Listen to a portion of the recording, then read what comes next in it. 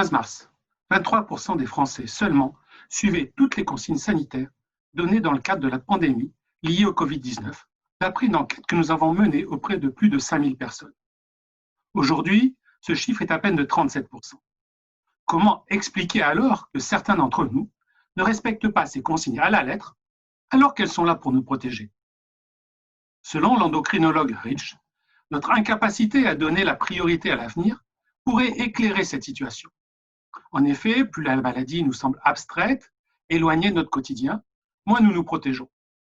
La théorie des niveaux de construit, développée par Trop et Lieberman fin des années 2000, explique cette tendance. Elle permet de comprendre comment nous pensons et prenons nos décisions. Ainsi, plus une situation nous paraît éloignée de notre univers, plus elle nous semble abstraite et moins nous avons envie de passer à l'action. Notre étude confirme cette théorie.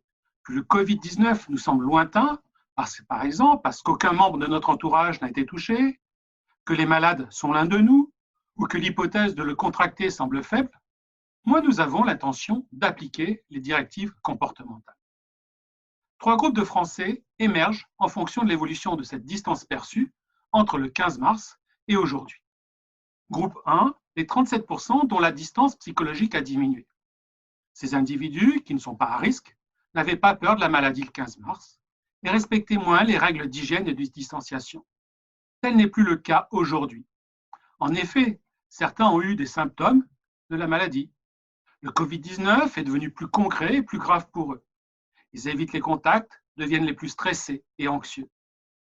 Groupe 2, les 42% dont la distance n'a pas changé. Depuis le début, ils se sentent assez éloignés du Covid et n'ont eu aucun symptôme de la maladie. Ils pensent avoir une faible probabilité de l'avoir. Aujourd'hui, n'hésitent pas, en cette période de confinement, à pratiquer une activité physique à l'extérieur, à avoir des contacts en face à face. Groupe 3, les 21% dont la distance a augmenté. Ces individus, se considérant comme des personnes à risque, étaient dès le départ les plus anxieux et les plus stressés, avaient peur de la maladie et s'en sentaient psychologiquement plus proches. Ils ont accueilli favorablement et respecté les mesures. N'ayant eu aucun symptôme et se sentant protégés grâce au confinement actuel, leur distance à l'égard de la maladie s'est accrue. Toutefois, ils poursuivent leur comportement préventif en désinfectant leur maison, en évitant tout contact. Comprendre la distance à l'égard de la maladie explique ainsi notre respect des consignes. Être informé sur les gestes barrières ne suffit pas en soi si nous n'avons pas l'impression que le danger est proche de nous.